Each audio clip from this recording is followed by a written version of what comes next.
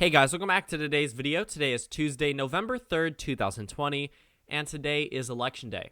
Today we're going to be taking a look at my final prediction across the presidential map, the Senate map, and the governor elections, and then we're going to get into the House elections for just a brief moment.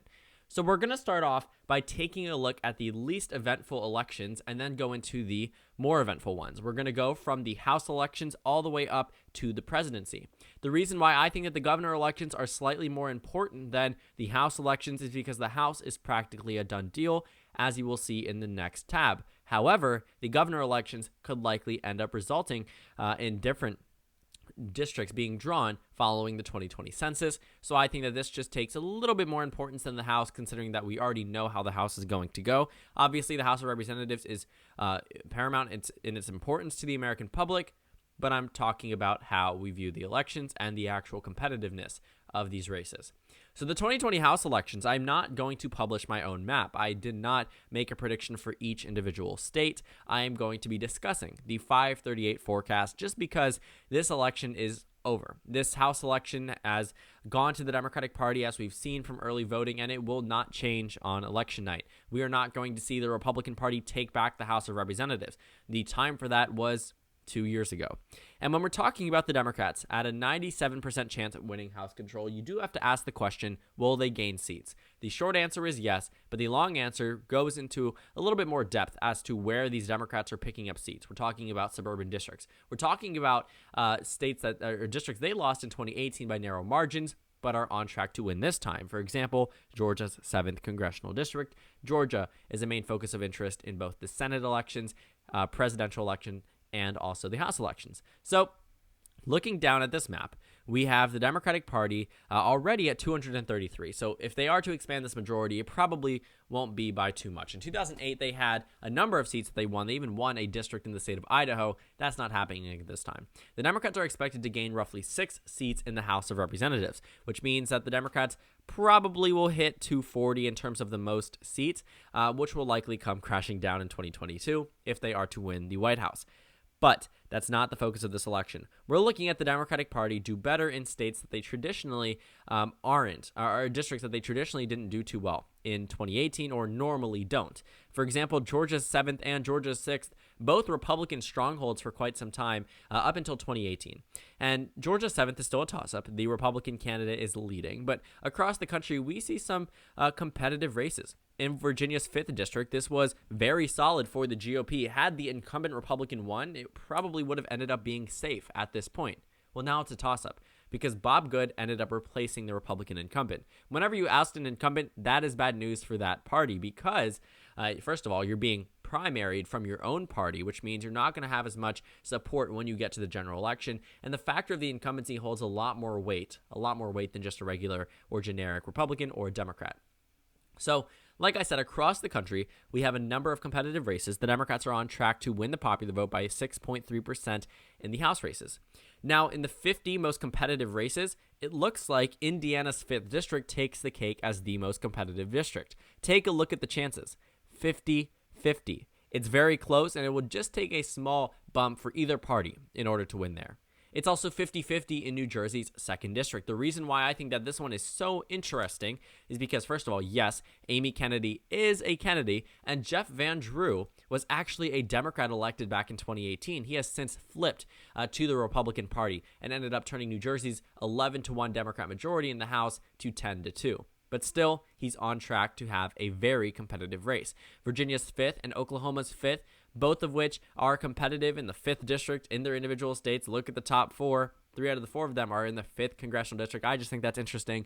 Obviously a coincidence, but looking at these competitive races, the Democratic Party pretty much in the first 4 takes 3 out of the 4. If you add in the 5th, it's 3 out of the 5th, 3 out of the 5. So as we go through this list, it looks like it does go back and forth, but around a certain point, at a 70% chance of victory, we probably won't see any upsets from this point on. But I think that it's just interesting that we are seeing the Democratic Party competitive in a number of Republican districts. Take a look over here. We only have, 5 Republican incumbents compared to 11 Republican incumbents in competitive races. This is why the Democratic Party is expected to do well. Once you get past a certain point, around 70 and onwards, most of the races are Republican, and that's just why we are seeing the Democratic Party gain seats in the House of Representatives. I think they will gain seats. Obviously, if they already gain seats, they will be retaining the House of Representatives, so that's where I lie on the House map. Now let's move over into the governor elections. We're finished with the House. We know how this is going to go. In the governor elections, it gets a little bit trickier. The governor elections are important to redistricting because we are following with the 2020 census. And you see states on your screen that you would traditionally expect to vote one way. Vermont, you'd expect to vote very solidly for the Democrats. North Carolina, you'd expect to be leaning for the Republicans. Montana, you'd expect to be safe for the GOP. So while some states do retain their partisan identity, Washington, Delaware, these states are not competitive for the Republican Party. And the Republicans hold on to their pretty solid base. They have North Dakota, they have Utah, and they have now recently won the state of Indiana, probably because of the Libertarian Party candidate. Even if they weren't in the race, the Republicans would still be doing very well.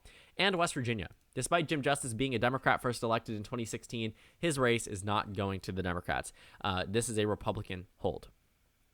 So as we characterize these races, you might ask, why are Vermont and New Hampshire not considered safe Democrats straight off the bat? I mean, New Hampshire, you'd understand.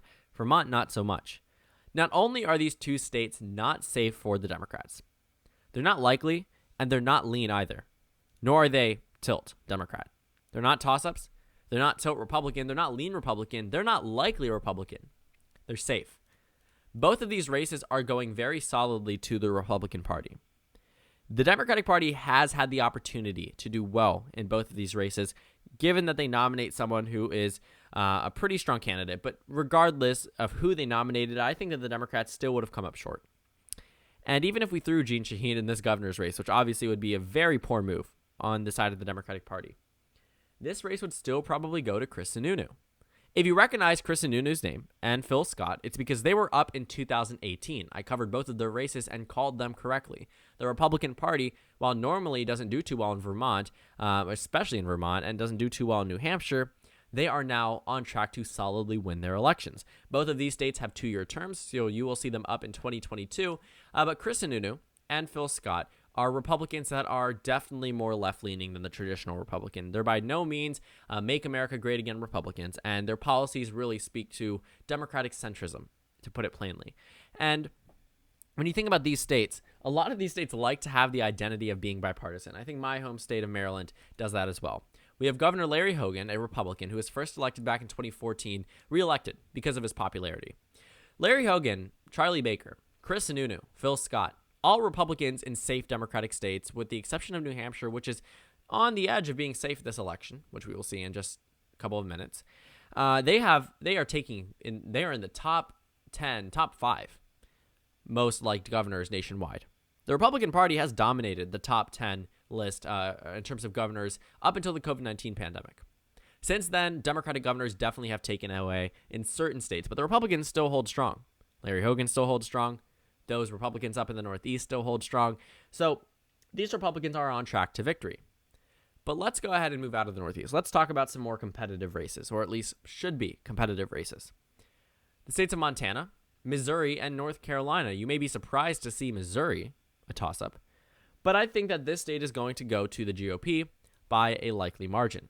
Now, it's closer, I would say, than the presidential race, but still not enough that the Democrats end up winning there. It's far gone, and, we are not working in the same environment as 2016. The Democratic Party back then had a Democratic senator, was on track to possibly winning that Senate race, but now it doesn't look as if the Democratic Party has as strong of a grip on the state. Now, on the presidential level, they do, but both candidates, both Trump and the Republican governor, will likely go and win the Missouri governor's race. So Mike Parson wins in Missouri.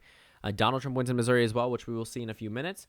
They likely will be winning by roughly the same margin, just a little bit more leaning to the left in the governor's race. But North Carolina, the state that I would say is pretty strong for the Democrats, because Roy Cooper, for whatever reason, has been able to appeal to this base of voters pretty solidly. He won back in 2016 despite Donald Trump's victory statewide, and I expect him to win by a likely margin. Now, this is not saying it's a blowout. Likely could be anywhere from 5 to 15%. I'm thinking on the lower end of the spectrum.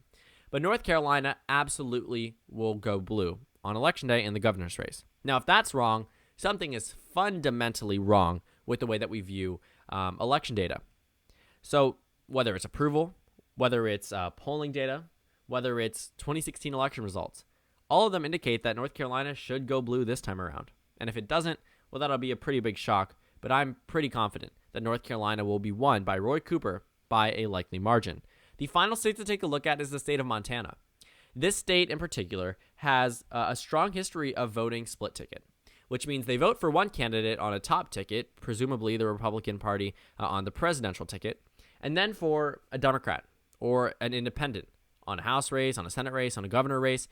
Interestingly enough, the incumbent governor, Steve Bullock, is running for Senate in Montana.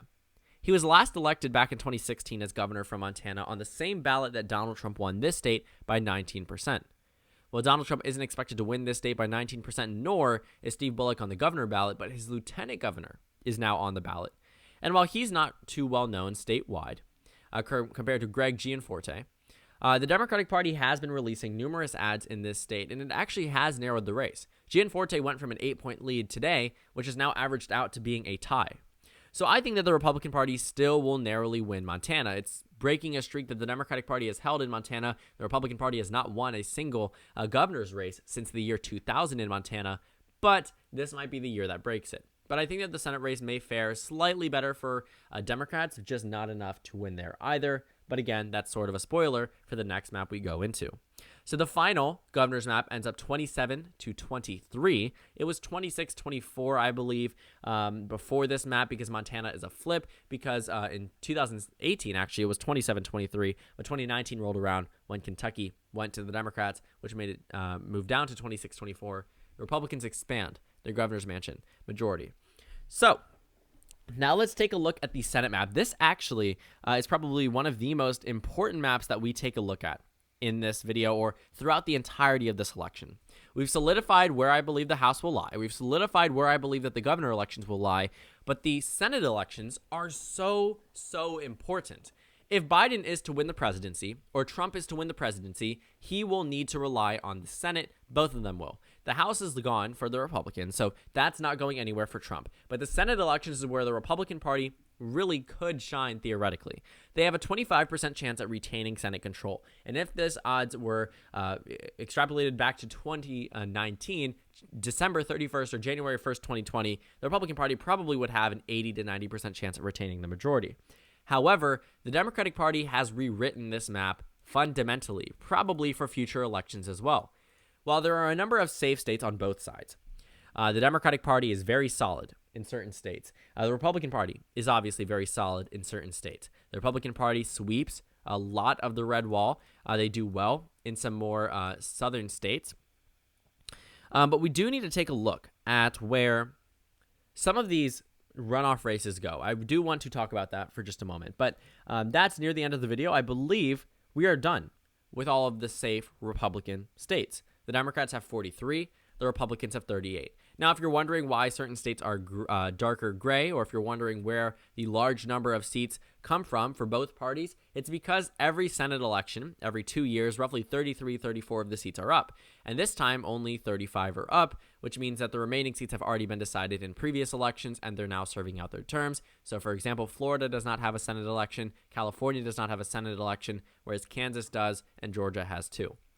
So focus on where the Republican Party is winning by likely margins. That's a very great indicator of where the Republican Party stands today in terms of their position in the Senate to recapture or hold the Senate or possibly gain seats from the Democratic Party, which they do actually have in the likely Republican column. So the state of Louisiana, first of all, actually, before we move into likely, let's take a pause. The reason why I have not characterized Louisiana yet is not because I think it'll be likely, because this race is probably going to end up being a runoff election between 2 Republicans, which clearly means it's safe for the GOP. I just wanted to point that out in that most of my recent predictions, I never considered Louisiana to be an outright victory for the incumbent Republican, just that once it does end up going to a runoff, it's 2 Republicans. It realistically doesn't matter who wins. So Louisiana, that's taken out of the way. Now let's move on to the likely states. So I guess we now have 39 safe Republican seats. The likely states are states that probably won't be changing in the next 7 hours when polls close in some of these states, or 9 hours. But I do want to say that the Republican Party will win these states between 5 and 15% if all of my estimations are correct. This comes out of states such as Alaska, states such as Mississippi, Kentucky, actually, which I'm moving down from safe. I always had it as likely, moved it to safe recently, and now I'm going to move it back down to likely. I think that this state has shown us that it will be slightly, ever so slightly, less than 15%, that it'll be down to maybe 13, 14, which is just so narrow, and I really didn't want to make this call because this is a state that the Democratic Party has a less than 1% chance of winning, but Kentucky, likely for the Republican Party. The next state is the state of Alabama. This is a state where I think that the Republican Party will pick up from the Democrats. Doug Jones was first elected back in 2017 against Roy Moore. He is now facing off against Tommy Tuberville, the former Auburn University football coach. Alabama, I would say, goes to the Republican Party. It's Alabama. It's a Republican state. And while Doug Jones will considerably outperform Joe Biden, it's not enough given that Donald Trump's name is at the top of the ballot and top of the ticket, really, for a lot of these Republicans. So Alabama goes red, Mississippi goes red, Kentucky goes red, Alaska goes red. But wait, am I not missing the state of Texas? Well, following my new characterization on this map, on the presidential map, I am going to move Texas from likely down to lean. And I'll give my reasoning once we get there. It's a state that is really defying all expectations for a lot of Democrats, turnout-wise, voter registration-wise. I mean, Texas is surprising us all, and we very well could be shocked tonight, and it could be very, very close. Regardless of the outcome, if it's close, we're going to be shocked. If it's a Biden victory, we're definitely going to be shocked. I think that the first scenario is more likely. I think it's going to be close, and I think a lot of people are going to be talking about Texas entering into the 2024 elections. So the Republicans are at 43, the Democrats are at 43, but the Democrats have likely states of their own. This comes from states such as New Mexico, which are not going to the GOP, Arizona and Colorado, which are two flips for the Democrats. Colorado, John Hickenlooper is above 50%. It's a done deal for Cory Gardner in the state of Arizona. While Martha McSally is a good candidate on paper, she's not performing too well whatsoever, especially since that she was just replaced,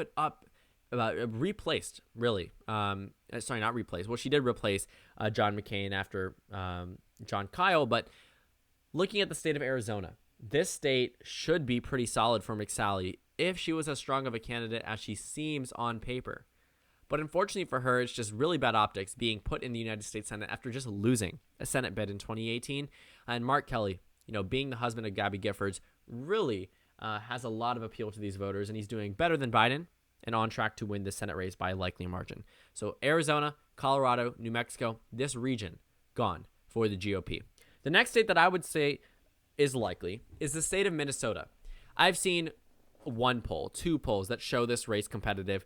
Realistically, it just isn't going to be. While Tina Smith may not be as well known as Amy Klobuchar, she certainly is a Democrat who is going to win. She's a centrist Democrat, to put it plainly. She's veering on being a former, Romney-esque, McCain-esque type Republican policy-wise. So she's able to appeal to a wide variety of voters. Not only does she win the Democratic voting bloc, Amy Klobuchar is very good at this too. They're able to appeal to Republican voters and independent voters because they don't exactly take that more progressive look on a state. You have leeway to do that in states such as California or Maryland or Massachusetts because this electorate is very solid. But Minnesota, for whatever reason, nominates candidates on the Democratic side that do much better than presidential candidates, with the exception of Al Franken in 2008, but also he wasn't the incumbent, do much better than Democrats statewide in presidential elections or even governor elections, just because they're able to really appeal to a wide variety of voters. Maybe Klobuchar does it, and I think that Tina Smith is going to do it this election. I think that Michigan is also going to join us in the likely Democratic column when we're talking about state characterizations. And when I say us, I know someone's going to take that out of context and say I'm referring to us as us being the Democratic Party. I'm saying us being the likely Democratic column. So Michigan, Gary Peters, while boring as a candidate, I mean, that's not necessarily wrong to say. He's not as inspirational as Debbie Stabenow, nor is he as inspirational as Jamie Harrison or John Ossoff or wherever you're looking, really, in more competitive races. But Michigan, it's still a state that is going to reelect Gary Peters. I think that a lot of us are overestimating Donald Trump's performance in this state just because of the surprise back in 2016. But people forget that Trump was only down 3 points in Michigan on Election Day. He defied expectations by roughly 3%. Right now, Gary Peters is up 7 points. Biden is up 8 points. While Gary Peters may underperform Biden, Biden's going to win this state by a likely margin, and Gary Peters is likely to follow suit. So Michigan, I'd say, is likely for the Democrats. And now that puts them at 48. I don't see any other likely Democratic seats, nor do I see any other likely Republican seats. It's Election Day, and we have numerous close races, 9 in the lean or tilt column that I'm going to characterize, and I think it's just interesting to see how this map has evolved over time. So, like I said earlier, the state of Texas, I am moving down from likely to lean. Now, I don't think that John Cornyn is going to lose. I don't think that MJ Hager has a realistic shot at winning. I just think that the margin based off the turnout numbers we've seen, the early voting in Democratic areas that we've seen, could be enough to narrow this race between less than 5%. I think the presidential race will be insanely close. I think we're going to call Texas maybe a day after the election at the earliest, unless there's something surprising. But Texas itself is a traditional Republican state, which is why I think that John Cornyn will still win, but I expect MJ Hager to come within a reasonable margin, which we really couldn't have imagined just a year ago. So Texas is lean. There are other Republican states that follow suit: Kansas and South Carolina. These two states, I think, are going to be lean for the GOP. It's possible Jamie Harrison or Barbara Bollier win their Senate race. It's not necessarily possible that MJ Hager wins. But in both of these Senate races, we could be surprised. But I think at the end of the evening, Lindsey Graham will be reelected and Roger Marshall will be elected for the first time to the United States Senate. Goes from being a representative to a senator. So the Democrats are at 48. The Republicans are at 46. Let's move on into a lean Democratic state and then come back to our final lean Democratic states, 2 of them, and then come back into our final lean Republican state, singular. So the states that I think would be lean for the Democrats are North Carolina and Maine. These races have remained roughly the same throughout the entirety of the campaign season. Cal Cunningham in North Carolina, Sarah Gideon up in Maine. Both of these races, I think, are going to bode good results for the Democratic Party. But it's not to say that the Republicans can't win. Susan Collins has a very realistic shot at winning. It's not likely, but it's absolutely possible. North Carolina, the Republicans, Tom Tillis has a very okay chance at winning. It's not likely, but again, very possible. Both of these races, I think, the Democrats would like to win both of them. They're on track to win both of them, but just a slight bump in favor of the GOP based off the polling data that we've seen could end up with a Susan Collins reelection and a Tom Tillis reelection. The Democrats are now at 50. Why does this matter? Because if it is a 50-50 tie, the vice president breaks the tie in favor of their political party, giving them the majority. But fortunately for the Democrats, they are not going to see a 50-50 tie if certain elections go their way. And I'll talk about what that means. Obviously, I mean, certain elections go their way, but I mean that in a more specific sense pertaining to the state of Georgia. So the state of Montana, this is the state that I think is going to go to the GOP by a lean margin. While Steve Bullock is a pretty strong candidate on his own, this is not a governor's race. Being a governor is different than legislating in the United States Senate. Being someone who serves the people in Washington compared to statewide is very different. It'd be much harder for someone like Charlie Baker to run in a Senate race compared to a governor's race. Because what you do as a governor is localized. What you do as a senator is national. And party representation is really important to a lot of voters. The Democratic Party would not be too easy just allowing Charlie Baker to walk into the United States Senate. They'd put up a very large fight. And in Montana, the Republicans are doing so as well. However, Steve Daines isn't exactly invoking President Trump's name as much as we saw, I believe, back in 2018, it was Matt Rosendale. And John Tester, despite voting against Trump numerous times, was able to win re-election. But Steve Bullock isn't that incumbent. He isn't the incumbent Democrat, and he doesn't have the factor of the incumbency.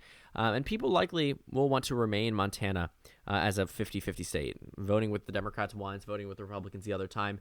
And I think it'd just be very interesting if Montana did end up voting for Steve Bullock today, that Montana would have 2 Democrats and Florida would have 0, or Georgia would have 0, which actually isn't too likely, as we will see. So Montana, lean for the GOP. The final 3 characterizations, 2 of them remain the same. And actually, sorry, there's a flip from my previous prediction, but 2 of them have the same characterization. Georgia at large, I think, will be a tilt for the Republican Party because I think it'll go on into a runoff and David Perdue will win. I don't think either candidate will be winning this evening. John Ossoff knows all too much about runoff elections. But in the state of Iowa, I am actually moving this from a tilt Republican state to being tilt for the GOP. Unfortunately for the Democrats, their lead has dwindled in this state. While Teresa Greenfield, sure, is a strong candidate and could very well win. Do not mistake my tilt characterization or even my lean characterization to say that it's a done deal for the opposition party. These states could very well end up turning away from what I'm predicting right now. But Iowa, I'd say, goes to Joni Ernst narrowly. I think that Georgia's regular election, if Biden is to win, there won't be enough energy that the Democrats win the runoff election. But I think given that Kelly Loeffler is the second place candidate right now in Georgia's Senate special, that there's a lot you can bring up on Kelly Loeffler, that Georgia's Senate special could actually end up going to the Democrats, even if Biden wins the election. So the final map is 51 Democrats, 49 Republicans. We will see in just 12 hours if this map ends up coming true. The next that I'd take a look at is the presidential race between Donald Trump and Joe Biden. So this video is going to be very long. I apologize for that. We're, 25 minutes in? I'm sorry. But this is my final prediction, and it's going to take quite some time. So this house map, this presidential map, I'm going to try to finish by 40 minutes. I promise you, I've never talked this much consistently. Maybe my friends could tell you I have, but I haven't talked this much this consistent just to myself, really, or to you guys for this long. I mean, even in my election nights, I break it up. But, again, I'm getting off track and I'm wasting time. This race is very, very interesting for whatever reason, throughout the entirety of the campaign season. The election actually hasn't narrowed up as much as we thought it would. We were talking about before, Donald Trump is going to narrow up this election. Joe Biden is going to lose his very strong lead over Donald Trump. We've been hearing that from the media. We've been hearing that from pundits. We've been hearing that from other people on this social media app. But for whatever reason, and we know the reason actually, it's because of Joe Biden's campaign tactics and Donald Trump's, approval rating. That has simply just not occurred. The Democratic Party has turned this map, which was very strong for Trump in 2016, into very strong for the Democratic Party. Look at how many toss-up electoral votes there are. These are states that I have yet to characterize as safe for a political party. 4 years ago, it would have been way above 100 for Trump. Today, it doesn't even crack 75. The Republican Party has 61 safe electoral votes. The Democratic Party has 182. While, adding in the likely states, Trump's number does go up. We see it in Alaska, which was likely in 2016, and South Carolina. I'm not going to argue more on that behalf, except for the fact that Donald Trump hasn't gained voters, especially in traditionally Republican states. In Utah, it's probably going to narrow up given that Evan McMullin, the person who got 21% of the vote in 2016, endorsed Joe Biden for president. He's likely to win a pretty significant, a much larger portion than especially Obama and Hillary Clinton. Utah goes likely. Kansas has just shown us that this state has, for whatever reason, narrowed up recently. Missouri, Indiana, likely states from 2012, not so much in 2016, but this election is way more reminiscent of, Obama's numbers back in 2012 than it is in Clinton's in 2016. Mississippi is likely for the Republicans, and I forgot to characterize Alabama as safe for the Republicans. So looking at these numbers, we have Trump at 121 electoral votes, 124 now, and 125. This is not good. Even with likely states included, Joe Biden maintains a lead of 50 electoral votes. 60, if you round up. That's bad news. We are on Election Day, and Trump has not revolutionized the map the same way that we all of us here included, probably thought would happen. I thought that Trump would somehow find a way to narrow up in this election. And while he has in certain battleground states narrowly, we're talking about Pennsylvania moving down, just a narrow characterization. I do have to point out that it's not enough. It won't be enough. And I do think that at the end of the evening or tomorrow morning, we will know that Joe Biden has won the presidency. Joe Biden is likely to win in Nevada, Colorado, New Mexico, Virginia, and Minnesota, and Maine, and New Hampshire. These are all Clinton states from 2016. The reason why Joe Biden is doing well in these states is because Donald Trump has not gained voters from 2016. You may know, with anecdotal evidence, you may know one or two people who maybe didn't vote for Trump in 2016 but are voting for him now. But in the entirety of the election, we see numerous Obama, Trump voters in 2016. And while 55% of them say they're voting for Trump again, that 45% voting bloc, to be better for Trump, say that they're either voting third party or not for Trump, which means Biden. And when you're looking at these states, Joe Biden is on track to expand the margins that Hillary Clinton won in 2016. So on election night, these states should be pretty solid for Joe Biden, but not only are Colorado and Nevada likely for the Democratic Party, not only Minnesota or Virginia or New Hampshire or New Mexico. I think that the Rust Belt states, Wisconsin and Michigan, will join the Democratic Party as likely Democratic states. Like I said, Donald Trump has not really expanded in mass his electorate from 2016. He's not expanded the number of votes he will be receiving. When we're talking about the white working class, which handed Donald Trump a victory in 2016, but handed Democrats victories for nearly 3 decades in these battleground states, these 3 states in particular, the Democratic Party can win these states back just with that 30% of those Obama to Trump voters that could return back to the Biden column. And the reason why is because these 3 states in particular were won by Donald Trump by less than 1%. 22,000 votes in Wisconsin, 11,000 votes in Michigan.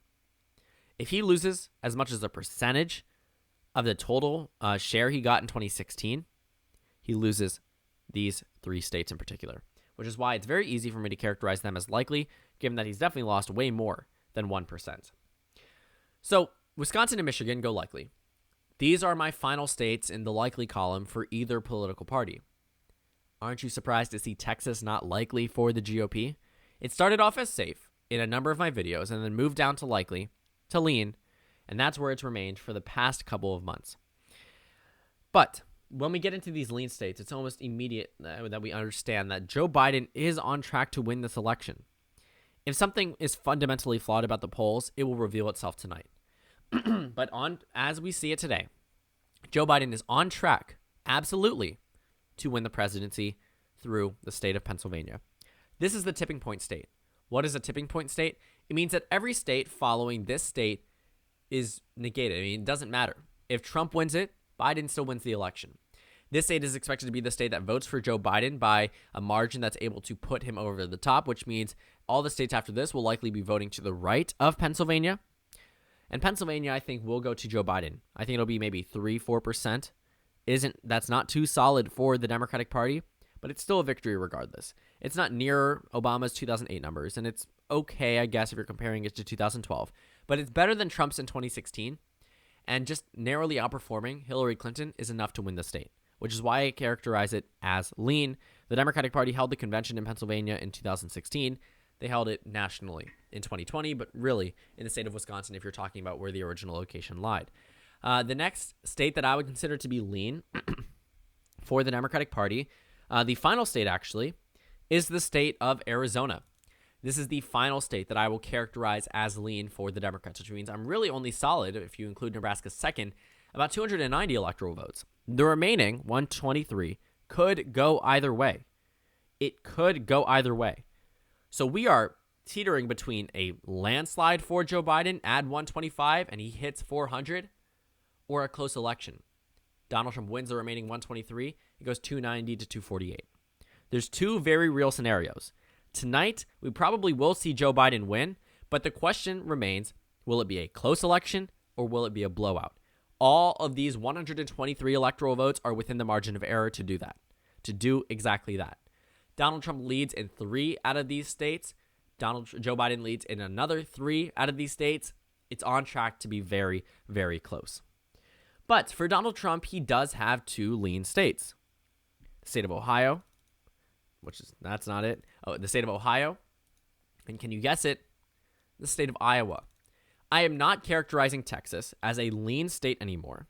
I am moving it down to being tilt. Following the turnout numbers that we've seen and following the election data, this race is ending up to be very, very, very close. And I think that is just, shocking that Texas, with its 38 electoral votes, I have the electoral maps from 92 to 2004 on my screen, not on my screen, on my wall in my bedroom. 2004, it was safe for the GOP. 2008, it was a little bit narrower of a margin. And then 2012, it returns to being safe with a 17-point margin for Romney. 8 years have passed, and it's now down to less than 1%.